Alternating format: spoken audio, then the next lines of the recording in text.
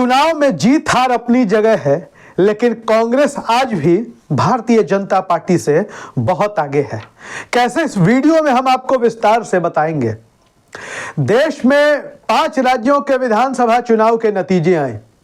तेलंगाना में कांग्रेस सरकार बनाने में कामयाब रही। दक्षिण भारत का बड़ा महत्वपूर्ण राज्य है।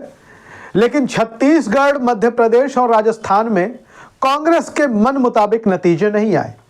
नतीजे मन मुताबिक आए भारतीय जनता पार्टी के 3 राज्यों में उनकी सरकार बनी।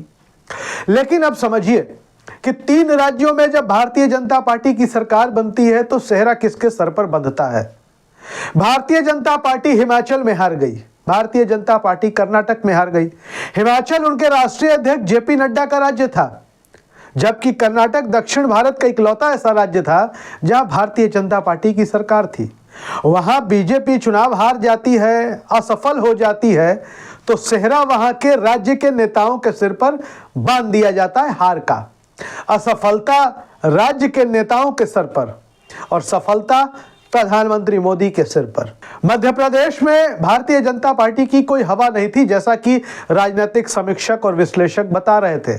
फिर भी शिवराज सिंह चौहान मुख्यमंत्री थे। उनकी कुछ योजनाएं ऐसी थी, खास तौर पर लाडली लक्ष्मी योजना का नाम लिया जाता है, जिसमें 1250 रुपये महीने हर महीने महिलाओं को दिए जाते हैं। और उस लाडली लक्ष्मी योजना ने, जैसा कि खुद शिवराज सिंह चौहान ने कहा, तमाम कील कांटे भारतीय जनता पार्टी के राह के रोड़े हटा दिए और बीजेपी की वापसी हो गई। इसके बावजूद भारतीय जनता पार्टी ने शिवराज सिंह चौहान को किनारे पर लगा दिया और एक नए चेहरे को मुख्यमंत्री बना दिया।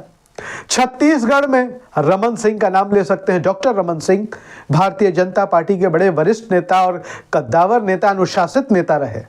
भारतीय जनता पार्टी में एक तरीके से वही चेहरे थे छत्तीसगढ़ में उनको काम करने वाला नेता भी बताया जाता था। लेकिन जब छत्तीसगढ़ में बीजेपी को बहुमत मिल गया, भारतीय जनता पार्टी ने रमन सिंह को भी किनारे लगा दिया।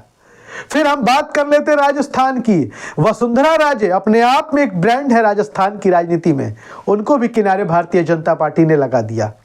और कांग्रेस में इस दौरान कई जो पुराने शत्रप थे वो चूंकि चुनाव हार गए। अब छत्तीसगढ़ के मुख्यमंत्री थे भूपेश बघेल पूर्व मुख्यमंत्री हो गए। राजस्थान के मुख्यमंत्री थे अशोक गहलोत, वो भी पूर्व मुख्यमंत्री हो गए। कमलनाथ पूर्व मुख्यमंत्री थे, पहले से पूर्व मुख्यमंत्री ही रह गए, मुख्यमंत्री नहीं बन पाए, सपना उनका साकार नहीं हो पाया। खैर, ये आई गई बात हो गई। भारतीय जनता पार्टी ने क्या किया और कांग्रेस के साथ क्या हुआ। राजनीति में कभी अवकाश नहीं होता। हम बार बार अपने वीडियोस में ये बात जरूर बताते हैं। राजनीति में कभी कोई छुट्टी नहीं होती, राजनीति चलती रहती है। चुनाव में हार हो, जीत हो, जमानत जब्त हो जाए, नोटा से भी नीचे वोट हो जाए, लेकिन नेता और नेतागिरी वो चलती रहती है। ठीक वैसे ही कांग्रेस, बीजेपी, तमाम दलों की राजनीति चल रही है। अब देश में सामने 2024 का लोकसभा चुनाव है। जाहिर तौर पर भारतीय जनता पार्टी की हिम्मत बढ़ी है, लेकिन कांग्रेस की आपको तारीफ करनी चाहिए। कांग्रेस ने लोकसभा चुनाव के मद्देनजर एक बड़ी महत्वपूर्ण कमेटी का गठन किया, नेशनल अलायंस कमेटी। और इस नेशनल अलायंस कमेटी में कांग्रेस ने बड़े चेहरों को जगह दी। हम आपको बताएं कि नेशनल अलायंस कमेटी का जो काम होगा वो काम ये होगा कि इंडिया गठबंधन की रूपरेखा आपके सामने है और इंडिया गठबंधन के जो तमाम घटक दल हैं उनसे बातचीत करने की जिम्मेवारी, अलायंस करने की जिम्मेवारी इन 5 नेताओं को सौंपी गई है। उनमें नाम है छत्तीसगढ़ के पूर्व सीएम भूपेश बघेल का, राजस्थान के पूर्व सीएम अशोक गहलोत का, पूर्व केंद्रीय मंत्री मुकुल वासनिक इस कमेटी के संयोजक बनाए गए हैं, पूर्व केंद्रीय मंत्री सलमान खुर्शीद का और कांग्रेस संगठन से जुड़े नेता मोहन प्रकाश का। ये 5 नेता आपस में जो इंडिया गठबंधन के घटक दल हैं उनसे बातचीत करेंगे। मल्लिकार्जुन खड़गे कांग्रेस के राष्ट्रीय अध्यक्ष, उन्होंने एक कमेटी बनाई है। अब समझिए, भारतीय जनता पार्टी जहां एक तरीके से जीत जाने के बाद अपने नेताओं को, वरिष्ठ नेताओं को ठिकाने लगा देती है, किनारे पर लगा देती है, वहीं कांग्रेस अपने बुजुर्ग नेताओं का, अपने हारे हुए नेताओं का भी इतना सम्मान करती है कि उनको भी काम दिया जाता है, जिम्मेवारी सौंपी जाती है। अब आप तुलना कीजिए, भारतीय जनता पार्टी में लाल कृष्ण आडवाणी, मुरली मनोहर जोशी, एक दौर में लाल कृष्ण आडवाणी इस देश के उप प्रधानमंत्री हुआ करते थे। मुरली मनोहर जोशी भारतीय जनता पार्टी के बड़े चेहरे हुआ करते थे। आज वो कहां हैं? और उधर डॉक्टर मनमोहन सिंह जैसे वरिष्ठ नेता जो इस देश के प्रधानमंत्री रहे दो बार, आज डॉक्टर मनमोहन सिंह बहुत बुजुर्ग अवस्था में, फिर भी वो राज्यसभा के सदस्य हैं, वो राज्यसभा के सांसद हैं। कांग्रेस पार्टी आज भी उनका कितना सम्मान करती है।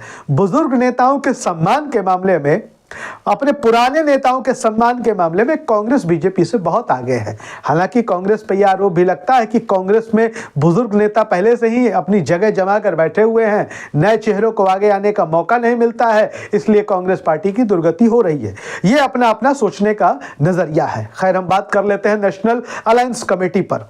तो नेशनल अलायंस कमेटी के जो संयोजक हैं मुकुल वासनिक महाराष्ट्र से आते हैं, कांग्रेस पार्टी के संगठन के नेता रहे हैं। NSUI यूथ कांग्रेस, लंबा ट्रैक रिकॉर्ड है उनका।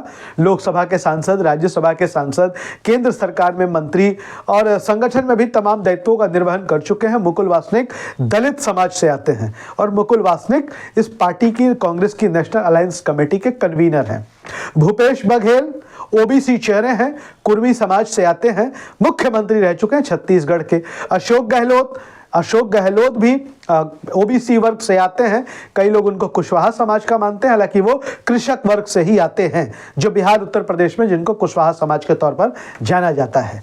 इसके साथ ही नाम आता है सलमान खुर्शीद का, अल्पसंख्यक चेहरे हैं, बड़े अधिवक्ता हैं, सुप्रीम कोर्ट के जाने माने कह सकते हैं कानूनविद हैं इस देश के, बड़े शिक्षाविद हैं इस देश के, केंद्र में मंत्री रह चुके हैं, उत्तर प्रदेश से आते हैं, उनको जिम्मेवारी भी सौंपी गई है। इसके साथ ही नाम आता है मोहन प्रकाश का। तो मोहन प्रकाश के बारे में आपको बता दें कि मोहन प्रकाश समाजवादी धड़े से आते हैं, वो समाजवादी पृष्ठभूमि से आते हैं। 2002 में वो कांग्रेस में आए। दरअसल कांग्रेस में उनको संगठन का आदमी माना जाता है। वो एक बार राजस्थान विधानसभा के सदस्य भी रह चुके हैं। वो 2002 में मोतीलाल वोरा, जो कांग्रेस के बड़े नेता थे, उनको कांग्रेस में लेकर आए थे। कभी जॉर्ज फर्नांडिस के करीबी थे। जनता पार्टी, जनता दल, लोक दल के रास्ते मोहन प्रकाश जो हैं वो चल करके कांग्रेस में, आज कांग्रेस में संगठन के नेता हैं, प्रवक्ता रहे हैं, महासचिव रहे हैं। और राजस्थान का होने के बावजूद मोहन प्रकाश को उत्तर प्रदेश और बिहार की राजनीति में बड़ी दिलचस्पी है, क्योंकि उत्तर प्रदेश और बिहार में समाजवादी राजनीति का गढ़ कहा जाता है इन राज्यों को। तो खैर, हम बात करते हैं बुजुर्ग नेताओं के सम्मान की। तो कांग्रेस पार्टी में आज भी बुजुर्ग नेताओं का, खुद मल्लिकार्जुन खड़गे खुद बुजुर्ग व्यक्ति हैं, 81 साल के हैं। मल्लिकार्जुन खड़गे आज पार्टी के राष्ट्रीय अध्यक्ष है, पार्टी में उनका कद है और दूसरे दलों के लोग भी उनको बहुत सम्मान देते हैं। तो वही हम बात कर रहे थे कि एक तरफ भारतीय जनता पार्टी अपने नेताओं, जिन नेताओं के दम पर, जिन नेताओं को आगे रखकर वो चुनाव में जीत हासिल करती है, उनको ठिकाने लगा देती है राजनीतिक रूप से, वहीं कांग्रेस पार्टी अपने पुराने नेताओं को उनके अनुभव के आधार पर, उनकी वफादारी के आधार पर अभी भी जिम्मेवारी सौंपती है, आगे बढ़ाती है। वीडियो अच्छा लगे तो शेयर करिए, कमेंट करिए, अपनी राय ज़रूर कमेंट बॉक्स में लिखिए। धन्यवाद।